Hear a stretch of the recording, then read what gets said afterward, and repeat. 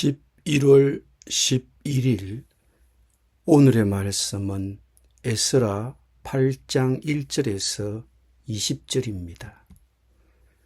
아닥사스다 왕이 왕위에 있을 때에 나와 함께 바빌론에서 올라온 족장들과 그들의 계보는 이러하니라. 비느하스 자손 중에서는 게르솜이요, 이다말 자손 중에서는 다니엘이요, 다윗 자손 중에서는 핫두서요, 스가냐 자손 곧 바로스 자손 중에서는 스가랴니, 그와 함께 족보에 기록된 남자가 150명이요 바핫 모압 자손 중에서는 스라히야의 아들 엘 여호에넨이, 그와 함께 있는 남자가 200명이요 스가냐 자손 중에서는 야하시엘의 아들이니, 그와 함께 있는 남자가 300명이요 아딘 자손 중에서는 요나단의 아들 에벳이니, 그와 함께 있는 남자가 50명이요 엘람 자손 중에서는 아달리야의 아들 여사야니, 그와 함께 있는 남자가 70명이요 스바랴 자손 중에서는 미가엘의 아들 스바랴니, 그와 함께 있는 남자가 80명이요 요압 자손 중에서는 여히엘의 아들 오바다니, 그와 함께 있는 남자가 218명이요 술루밋 자손 중에서는 요시바의 아들이니, 그와 함께 있는 남자가 160명이요 베베 자손 중에서는 베베의 아들 스가랴니, 그와 함께 있는 남자가 28명이요 아스갓 자손 중에서는 학가단의 아들 요하난이니, 그와 함께 있는 남자가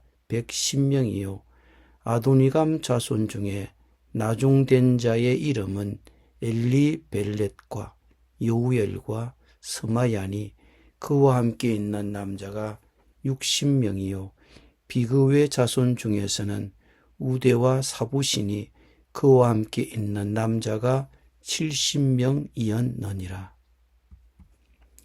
내가 무리를 아하와로 흐르는 강가에 모으고 거기서 3일 동안 장막에 머물며 백성과 제사장들을 살핀즉 그 중에 레위 자손이 한 사람도 없는지라.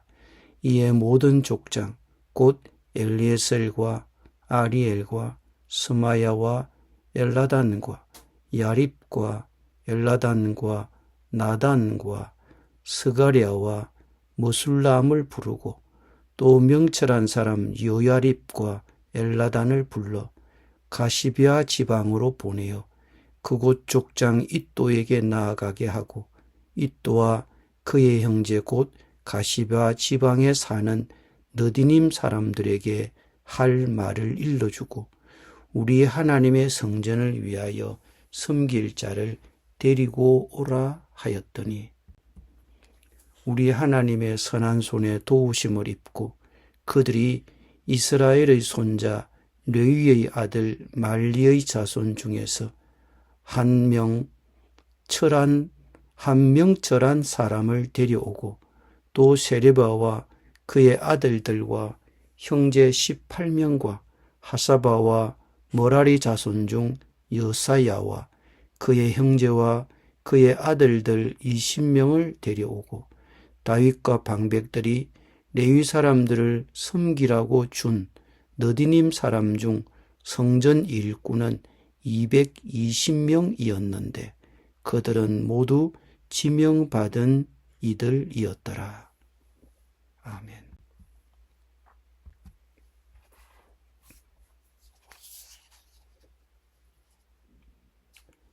안정적인 직장을 그만두고 선교사에게 뛰어든다는 것은 쉽지 않습니다.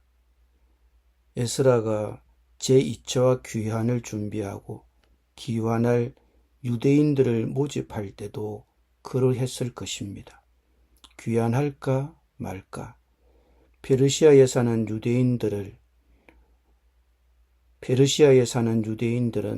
어느 정도 선택의 어려움에 직면했을 것입니다. 주님의 뜻이 항상 가장 안정적인 길, 가장 큰 물질적인 발전, 최고의 명예를 의미하는 것은 아니기 때문입니다. 예루살렘으로 돌아가고자 했던 사람들은 몇 가지 동일한 질문에 직면했습니다. 바벨론의 공동체에 정착하고 편안하게 그곳 생활에 잘 적응하고 있었기 때문에 그러한 이동은 의심할 여지 없이 도전이었습니다. 그럼에도 상당한 규모의 사람들이 모였습니다. 모두 약 1500명이 가족과 함께 에스라의 일행에 합류하기로 동의했습니다. 그들의 여정은 모세와 같은 인물인 에스라가 그들을 이끄는 출애굽의 한 예입니다. 그도 모세처럼 율법을 가르치고 성전에서 하나님을 예배하는 데 전념합니다. 게다가 그들의 출발은 6월절에 가깝습니다. 이는 출애굽을 다시 한번 상기시켜 줍니다. 따라서 출애굽은 일회성 사건이 아니라 모든 세대에게 가능한 사건입니다. 새로운 삶의 전망은 항상 열려 있으며 이는 각 세대에게 결정을 요구하는 도전을 안겨줍니다. 하나님께서는 포로 상태에서 벗어날 길을 마련하셨고 그분을 따르기로 한 선택이 이 유대인들을 하나님의 백성인 이스라엘로 만듭니다. 하나님의 은혜는 우리를 죄의 노예 상태에서 해방시켰으며 이 출애굽은 우리를 그분의 백성으로 만드는 단 한 번의 구원입니다. 이 구원의 공동체로의 부름도 우리의 결정을 요구하는 도전입니다.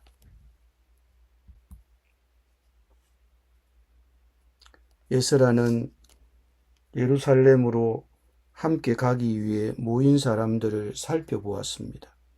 그는 귀한 자들의 명단을 조사하는 중에 눈에 띄게 빠진 한 무리를 발견했습니다. 바로 레위 사람들이었습니다. 레위 사람들의 부재는 에스라에게는 큰 걱정거리였습니다.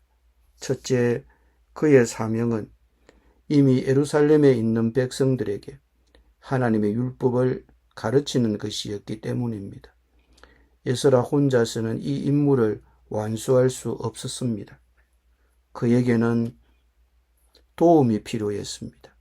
둘째, 이 귀한 민들은 주님의 보호가 필요했고 레위 사람들은 백성들을 위해 하나님께 중보의 기도를 드렸습니다. 에스라는 이 책임의 모든 무게를 혼자서 감당할 수 없다고 느꼈습니다. 에스라는 이러한 상황을 논의하기 위해 여러 지도자들을 불러 모았습니다. 이 여정에 함께할 가족들이 얼마나 많은지 보니 기쁩니다. 그런데 우리 가운데 레위인이 없습니다. 그들은 하나님께서 우리를 위해 중보하도록 부르신 사람들입니다.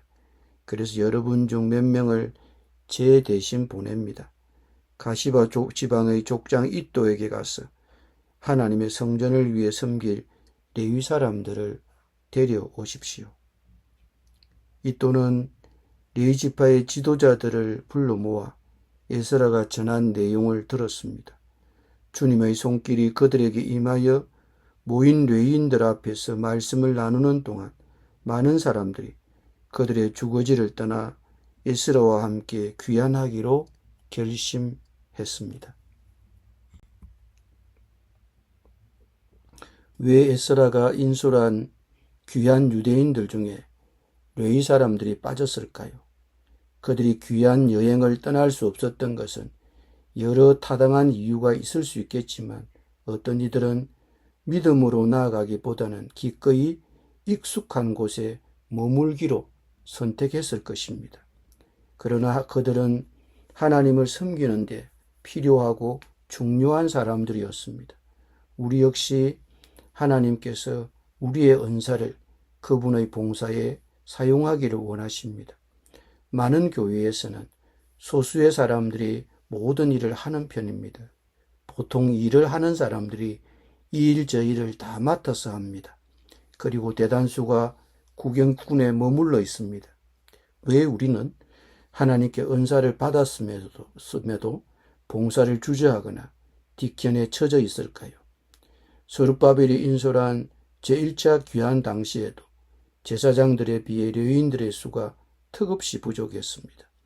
이러한 불균형은 에스라가 인솔한 제2차 귀환 때는 더욱 두드러졌습니다. 에스라가 유대인들을 모아 귀환하려고 모인 사람들을 살펴보았을 때 아예 레위 사람이 한 사람도 보이지 않았습니다. 왜 이런 일이 벌어졌을까요? 생계를 위해 주어진 직무를 떠났기 때문일 수도 있고 하나님이 맡기신 직무에 대한 사명감이 부족했기 때문일 수도 있을 것입니다. 오늘 우리들은 어떻습니까?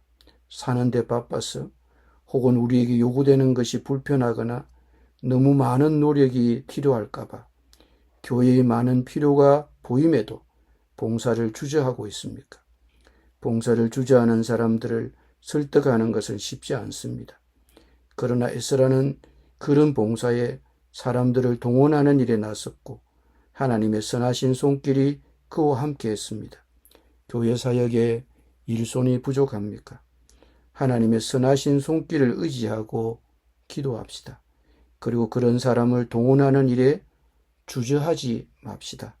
하나님이 우리 모두의 마음을 움직여 각자의 은사에 따라 섬기도록 도우실 것입니다. 기도드립니다. 주님, 주님이 부르실 때 조건과 형편을 따지지 않고 믿음으로 따를 수 있게 하여 주옵소서. 예수님의 이름으로 기도드립니다. 아멘.